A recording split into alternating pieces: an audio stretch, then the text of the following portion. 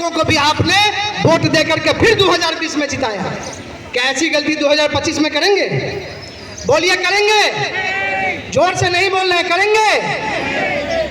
ये बात याद रखिएगा 2024 के इलेक्शन में भी और 2025 के इलेक्शन में फिर से वो लोग आएगा, फिर से डफली बजाएगा, पानी फ्री, बिजली फ्री, अब मिल तो कुछ हो ना। आई ब्लॉक में जई है, देख लिया आई ब्लॉक में की हाल बा। निर्मला दीदी हैं, हम लोग अभी कुछ दिन पहले मीटिंग की आई ब्लॉक में। मैडम आप तो बोल ही रही थी कि पानी पीने का नहीं आता है, नहाने का और बाकी काम का तो छोड़ दीजिए, और जो भी एक दूगो बोरवेल है चलता है उस पे आम आदमी पार्टी का गुंडा का कब्जा है। आप लोगों को वचन दे रहा हूँ, पहले भी दिया था, ये सारी टीम है भाजपा की, आप लोग सब भाजपा के सपोर्टर हैं, आप लोग टाइट हो जाइए। अरविंद केजरीवाल और उसका दिनेश मोहनिया और उसके जितने भी गुंडा पार्टी है, अगर 1 महीने के अंदर उसको घर में घुसा दिया तो बोलिएगा कि शरद झा मन से झूठ बोल के चला गया। लेकिन इस बात के लिए आप लोगों को भी खड़ा होना पड़ेगा, आप लोगों को तैयार होना पड़ेगा, अपने समाज को तैयार करना पड़ेगा।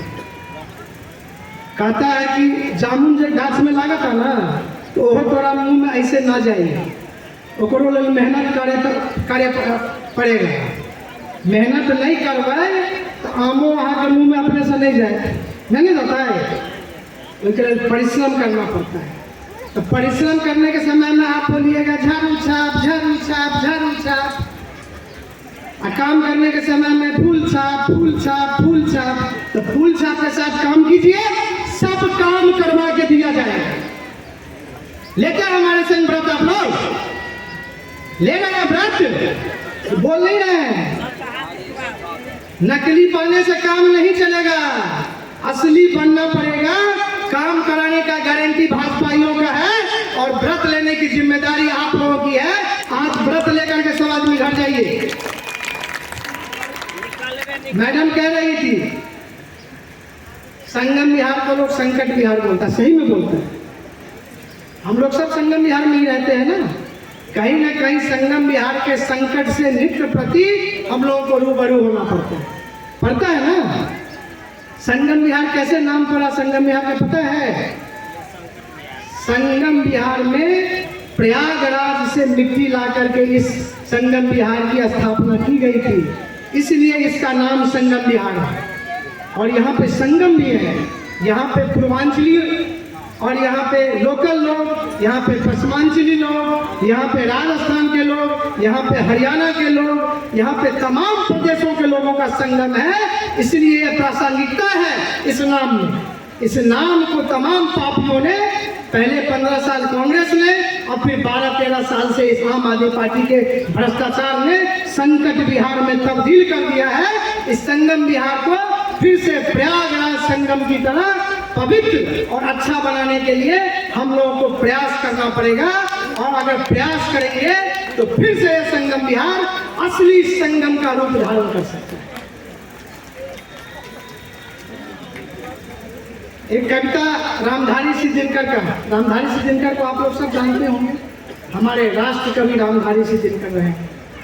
छीनता हो अस्तित्व कोई और तुम, छीनता हो अस्तित्व कोई और तुम, त्याग तब से काम लो यह पाप है, पुण्य है विच्छिन्न कर देना उसे, बढ़ रही तेरी तरफ जो हाथ है। आपके गले तक वो हाथ पहुंच गया था, कांग्रेसी हाथ, और उसी हाथ के पीछे में यह झाड़ू उसी हाथ में थमा हुआ है। उस हाथ को हम लोगों ने छिन्न विच्छिन्न कर दिया, लेकिन उस हाथ में पड़े इस झाड़ू को भी छिन्न विच्छिन्न करना पड़ेगा, तभी जाकर के माकूल विकास पूरे दिल्ली प्रदेश के साथ साथ संगम विहार का भी हो। मैं बहुत ज्यादा बातें करने नहीं आया, हम लोग बात करने वाले नहीं हैं।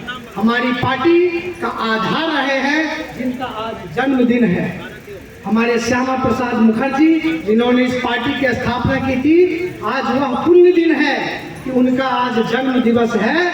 इस बात के लिए हम लोग अपने आप को गौरवान्वित महसूस करें कि ऐसे ऐसे लोग जो कश्मीर को भारत में पूर्णतया मिलवाने के लिए एक पंथ, एक प्रधान, एक विधान और एक झंडा हो कश्मीर का, इसके लिए इन्होंने लड़ाई लड़ी। और कश्मीर में उस समय में शेख अब्दुल्ला जी मुख्यमंत्री थे, इन्होंने इनको जेल में बंद कर दिया और 1 महीना जेल में रहने के बाद उनकी मृत्यु हो गई।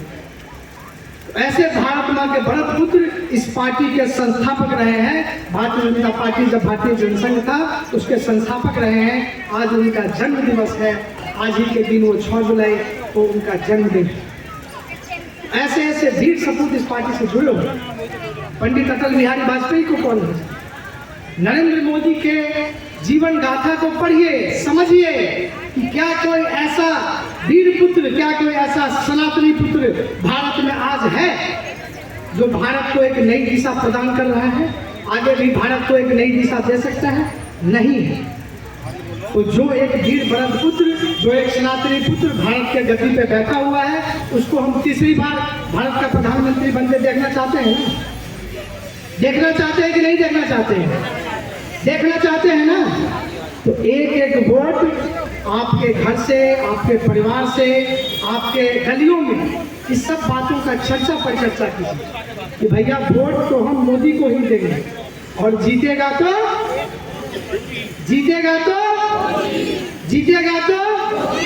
पदयात्रा करने से लड़ाई नहीं जीती जाती।